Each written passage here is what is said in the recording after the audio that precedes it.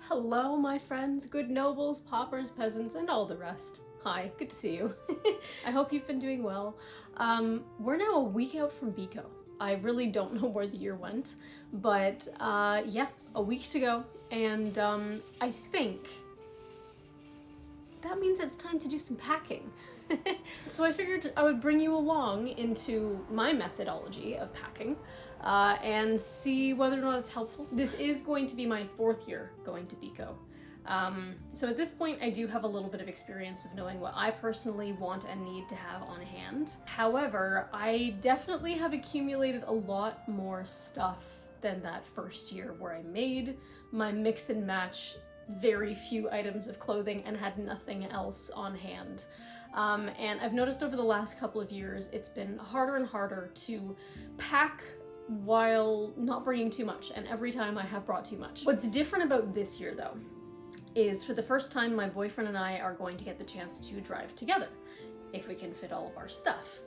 Because in previous years it's just been too much to bring between us. I've brought things for other people, he's had to bring things for our guild, so it hasn't quite worked out, whereas this year we really wanted to travel together.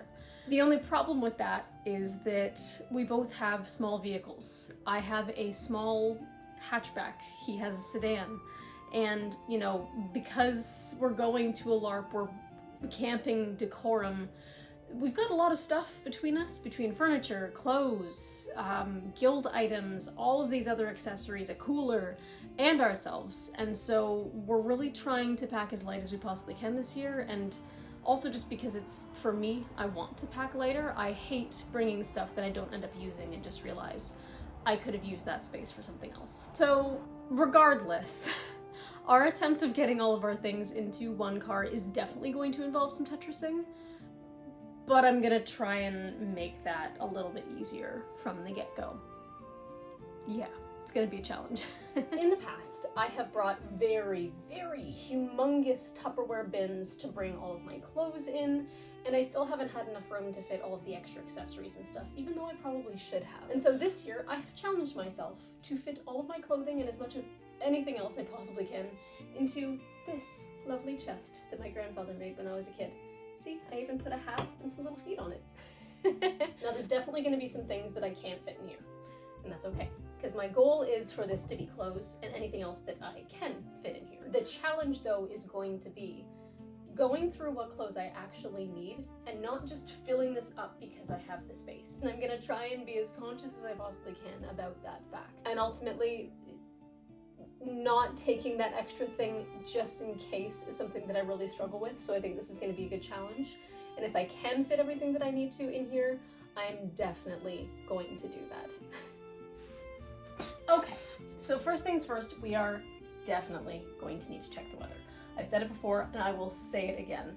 It is guaranteed to rain at Bico. There is no getting around that whatsoever. So I have to make sure that I have enough stuff to not only keep the rain off of me, but in the case that I do get my clothes wet, I want to have enough change of clothes so that I can wear something dry while the wet clothes are drying. All right, I'm plugging in Shawinigan because that's the closest that I can get, at least on the weather network. And we're going with the 14-day forecast starting next Sunday, the 10th, which means that, yep, sure enough, rain, just as I suspected. Temperature-wise, we are going to be waffling between 26 to maybe 30 degrees Celsius during the day, 19 to 22 at night, which for all of you Fahrenheit people is between 79 degrees Fahrenheit to 86 during the day, or 66 to about 70 at nighttime. So you know what, that's actually a decent range. It's not insanely hot. I might eat my words when it comes to the humidity, but at least for now, this is an okay temperature. Bico is kind of in its own little microclimate, so we might be lucky in terms of wind and all that kind of stuff. Let's see, a little bit of breezes and that kind of thing, so that's good. Awesome. This said, the problem about me checking the weather right now is we are talking about Canada. The weather changes on a dime. I can't tell you how many weeks this summer we were promised thunderstorm, thunderstorm, thunderstorm, thunderstorm in the middle of the heat wave, and none of it ever happened. So quite frankly, I probably am gonna have to come back and recheck before I leave just to make sure that the options that I pick out today are actually going to work. But this gives us something to work with. Enough clothes for decent weather during the day, and something to keep me warm at night. So, now that we have that, let's move on to actually picking our clothing items. I definitely have some criteria that I'm going to need to keep in mind when I am packing, so let me list them out for you while you watch me go through the 2 bins I have of Renaissance-esque clothing. So to start off, I'm a part of a Viking guild, and while I've brought non-Viking pieces in the past, in the last couple of years, I just haven't worn them. It just doesn't feel right, it doesn't make a whole lot of sense. So I'm going to avoid non-Viking-esque sort of clothing. I'm not fully historically accurate in everything that I wear, but I try and be as close as I possibly can for most pieces. Our guild also participates in a number of different celebrations and events and days where the color you wear is important, so I'm definitely keeping in mind what colors I need to have for those days. And we also have to consider what I'm going to be doing. If I want to fight, I want to make sure that I have the clothes to do that in.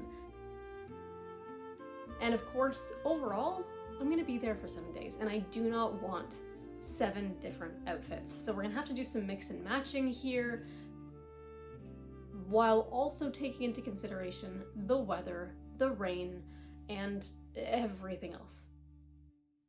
Lots to consider, but also the restriction gives me a little bit more to work with.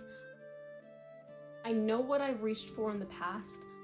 I know what new pieces, not many, that I have this year that I want to test out, and I think it gives me a good jumping off point. And by the end of all this, I have a filled chest. Alright, I'm gonna have to basically lay down here to give you guys an idea.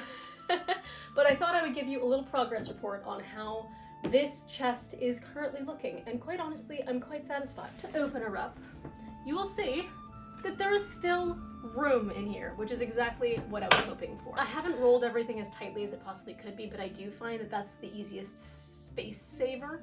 I'm gonna be ironing everything before I officially pack things up, but for, you know, just a loose roll on all of these items, I'm pretty satisfied. I've got enough room for other things. We've got our 4 underdresses or chemise type things.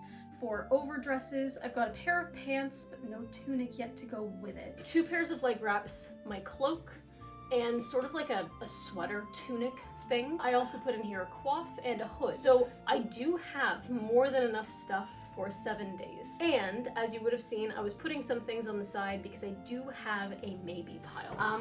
But ultimately, I've got plenty of room here to still put in like underwear and that kind of stuff, as well as other accessories and things that I ideally don't want to have to bring another bag to fit it in. All right, time to move on to the next stuff. Secondly, we want to deal with accessories. Now, I don't have a ton of accessories, but there are certain things that I like to either wear every single day or with certain outfits. Handily enough, I bought this little chest from Dracolite last year, which is kind of the perfect size. So in that, we're going to stick it with little pieces of jewelry. We've got a couple sashes, a belt, belted items for me to carry some stuff on, and just stuff that looks cool. I've also got a pouch in here and just little knickknacks and bobs, bits and bobs, that I think are going to be handy for me to wear.